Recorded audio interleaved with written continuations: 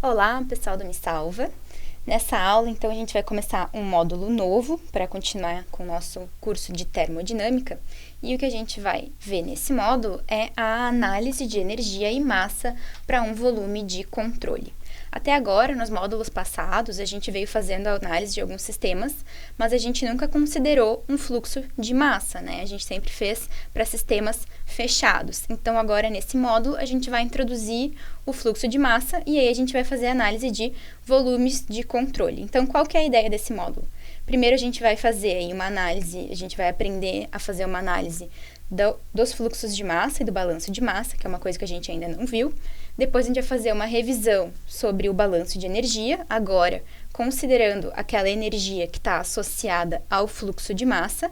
E aí, depois, a gente vai fazer essa análise completa para diversos dispositivos termodinâmicos, como, por exemplo, válvulas, bocais, turbinas, compressores, bombas. Então, esse módulo vai ser bastante aplicado, a gente vai fazer vários exemplos, inclusive numéricos, para a gente ficar com isso tudo bem claro.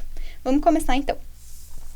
Nessa aula, a gente vai falar sobre conservação de massa em um volume de controle. Então, como eu acabei de falar para vocês, o volume de controle é aquele sistema onde a gente tem tanto o fluxo de energia quanto o fluxo de massa. Mas nessa aula a gente vai focar só no fluxo de massa, que é aquilo que a gente ainda não viu nas nossas aulas passadas. Então, aqui eu trouxe um exemplo de um sistema, tá? Onde a gente tem aqui um reservatório, ele até está conectado aqui com um pistão, e aí a gente tem um meio de entrada e um meio de saída de massa, onde a gente tem aqui algumas válvulas que permitem, né, que a gente abra ou feche essas duas entradas e saídas. O que acontece? Quando a gente tiver, por exemplo, só com a entrada aberta, a gente vai ter aí, né, uma entrada de fluido, o que vai acabar preenchendo aí o nosso sólido. Então, o nosso volume de água, no caso, por exemplo, vai aumentar. Se a gente estiver agora com a entrada fechada e a saída aberta, de novo a gente vai ter então a saída desse fluido e o nosso volume preenchido aqui vai diminuindo. E também a gente pode ter a situação onde a gente vai ter as duas válvulas abertas, permitindo aí a mesma vazão mássica, que a gente chama de fluxo de massa. Então, o nosso volume dentro do nosso reservatório vai ficar constante. O que são essas letrinhas aqui? Elas indicam as propriedades na qual o fluido está ingressando no nosso sistema e saindo do nosso sistema. Então, aqui eu vou usar sempre nas nossas aulas o E, que simboliza entrada, e o S, que simboliza a saída.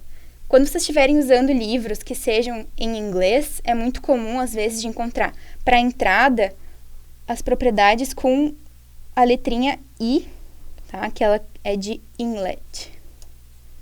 Então, no inglês, vocês vão encontrar com o I. E a saída, vocês vão encontrar com o E, que é de exit. Então, cuidado para não misturar aí as coisas quando a gente estiver fazendo.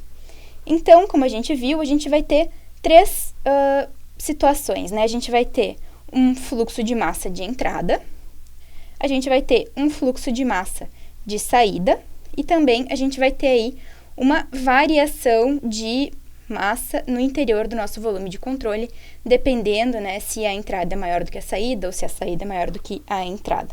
Então, o nosso balanço de massa genérico pode ser escrito como a variação de massa no interior aí do nosso volume de controle vai ser igual a massa que entra menos a massa que sai. Isso aqui é bastante intuitivo, né, pessoal? Bem simples.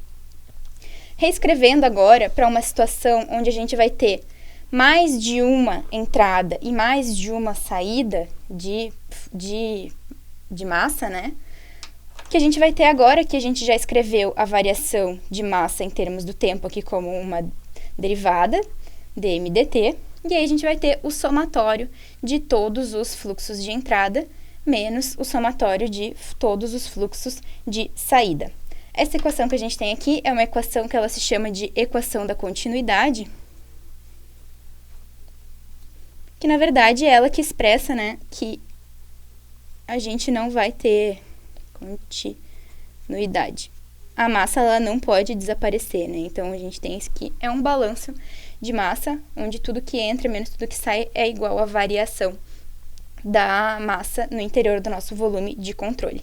Lembrando, então, qual é a unidade também, aqui a gente está falando de massa no tempo, né? Então, normalmente a gente vai utilizar aí o quilograma por segundo, certo? Então, aqui a variação da massa depende somente dos fluxos de entrada e de saída. Vamos falar agora da expressão aí desse termo fluxo de massa. A gente vai encontrar o fluxo de massa, que ele é, na verdade, aquela letrinha de massa no tempo, em termos das propriedades dos fluidos. Então, aqui agora a gente vai ter que dar uma revisada aí de mecânica dos fluidos, mas uma coisa bem simples, tá? Aqui a gente tem uma tubulação, na qual está passando aí o nosso fluido, certo? Se a gente pega aí uma seção ou faz um corte nessa nossa tubulação, a gente vai ter um perfil de velocidades, que é a velocidade na qual esse fluido está aí escoando dentro do nosso cano. A gente tem que, normalmente, a velocidade máxima vai ser aí no centro, e conforme vai se aproximando das paredes, a velocidade vai diminuindo, e na parede ela vai ser zero, devido aí ao atrito. Mas também a gente tem uma propriedade que é a velocidade média, que faz uma média aí de todo esse campo de velocidades, onde a gente vai ter, né, uma velocidade média. E aqui eu coloquei para nós também, né, o deslocamento no sentido x do nosso fluido, enquanto ele está escoando, ele está se movendo no sentido x. Aqui a gente está falando, né, para um escoamento laminar, um fluxo laminar. Então, aqui é só a seção, né, desse nosso cano, que ele é circular ou cilíndrico. E aí, essa velocidade média, na verdade, ela vai ser, né, a variação da posição do nosso fluido no tempo, certo? Se a gente fizer agora essa análise para um intervalo ΔT, o que a gente tem aqui?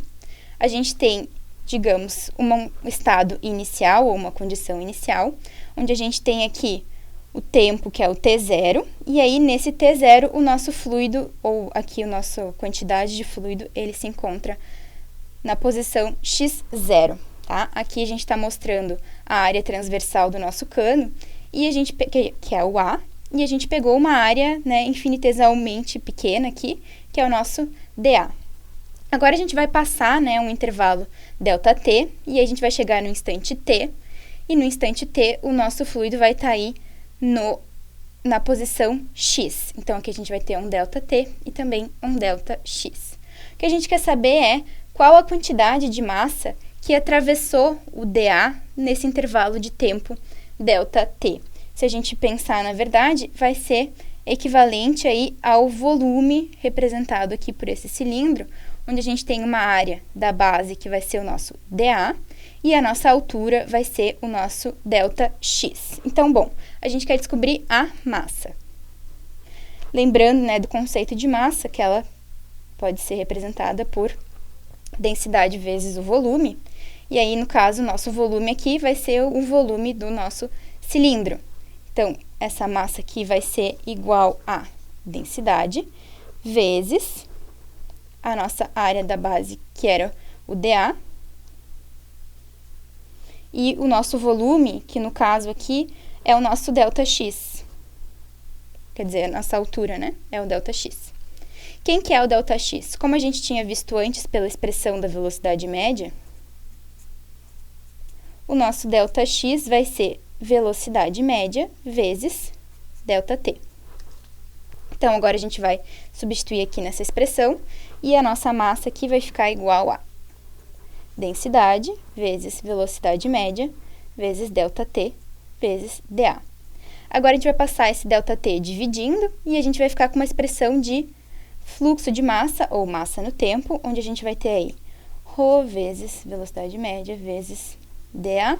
E aí, para encontrar, né, a velocidade, a gente só vai integrar isso na área. Então, aqui a gente encontrou uma expressão para o fluxo de massa que vai depender aí das características do nosso fluido, como, por exemplo, a densidade e também a velocidade de escoamento. A gente também pode refazer essa expressão agora em propriedade de volume específico ao invés de densidade, e aí a gente só vai reescrever ela na forma de velocidade média sobre volume específico vezes dA. Certo. Quero fazer mais um comentário ainda sobre fluxo de massa, que é uma simplificação que a gente chama de fluxo unidimensional, que muitas vezes ela vai ser válida para nós em alguns problemas, mas a gente vai sempre discutir isso. O que é o fluxo unidimensional?